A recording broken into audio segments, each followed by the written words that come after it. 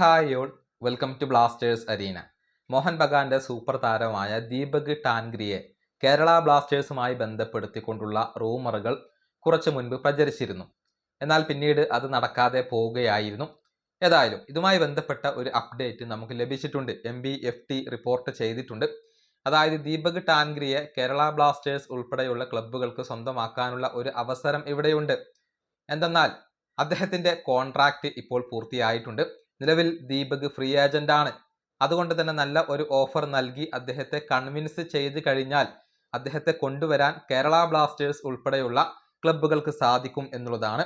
ദീപകിന്റെ കാര്യത്തിൽ മോഹൻ ബഗാൻ ഒരു അന്തിമ തീരുമാനം എടുത്തിട്ടില്ല. അതായത് മോഹൻ ബഗാനിൽ തുടരാനാണ് ദീപകിന് താല്പര്യം. കോൺട്രാക്ട് പുതുക്കിക്കൊണ്ട് തുടരാൻ അദ്ദേഹത്തിന് താല്പര്യമുണ്ട്. പക്ഷേ മോഹൻ ബഗാൻ ഇതുവരെ അദ്ദേഹത്തിന്റെ കോൺട്രാക്ട് പുതുക്കാൻ തയ്യാറായിട്ടില്ല എന്നുള്ളതാണ്. ഇനിയിപ്പോൾ മറ്റേതെങ്കിലും ക്ലബ്ബുകളിൽ നിന്നും തനിക്ക് ഓഫർ ലഭിച്ചു കഴിഞ്ഞാൽ ആദ്യം ദീപക് അത് മോഹൻ ബഗാനെ അറിയിക്കും. അങ്ങനെ മോഹൻ ബഗാന്റെ ഒരു അനുമതി ലഭിച്ചു കഴിഞ്ഞാൽ മാത്രമാണ്, അതല്ലെങ്കിൽ മോഹൻ ബഗാൻ കോൺട്രാക്ട് പുതുക്കാൻ ഉദ്ദേശിക്കുന്നില്ല എന്ന് അറിഞ്ഞാൽ മാത്രമാണ് ആ ഓഫറുകൾ അദ്ദേഹം സ്വീകരിക്കുക എന്നുള്ളത് കൂടി ഇപ്പോൾ MBFT റിപ്പോർട്ട് ചെയ്തിട്ടുണ്ട്. അതായത് മോഹൻ ബഗാന്റെ അനുമതി ലഭിച്ചു കഴിഞ്ഞാൽ അദ്ദേഹം ഓഫർ പരിഗണിക്കും.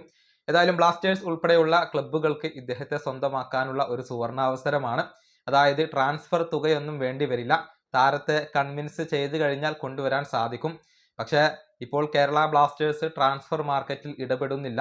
ISLന്റെ കാര്യത്തിൽ വ്യക്തത ലഭിച്ചാൽ മാത്രമാണ് ബ്ലാസ്റ്റേഴ്സ് ട്രാൻസ്ഫർ മാർക്കറ്റിൽ ഇടപെടുകയുള്ളൂ. ബ്ലാസ്റ്റേഴ്സിലെ 17 താരങ്ങളുടെ കോൺട്രാക്ട് അവസാനിക്കുകയും ചെയ്തിട്ടുണ്ട്. അതുകൊണ്ട് തന്നെ ഇതിൽ ഏതൊക്കെ താരങ്ങളുടെ കരാർ പുതുക്കണം, ഏതൊക്കെ താരങ്ങളെ ഒഴിവാക്കണം എന്ന കാര്യത്തിൽ ആദ്യം ഒരു തീരുമാനം എടുക്കണം. എന്നിട്ടാണ് പുതിയതായി കൊണ്ട് താരങ്ങളെ സ്വന്തമാക്കുന്ന കാര്യത്തിൽ അവർ ഒരു തീരുമാനം എടുക്കുകയുള്ളൂ. ഈ വീഡിയോ അവസാനിപ്പിക്കുന്നു. അടുത്തൊരു വീണ്ടും കാണാം.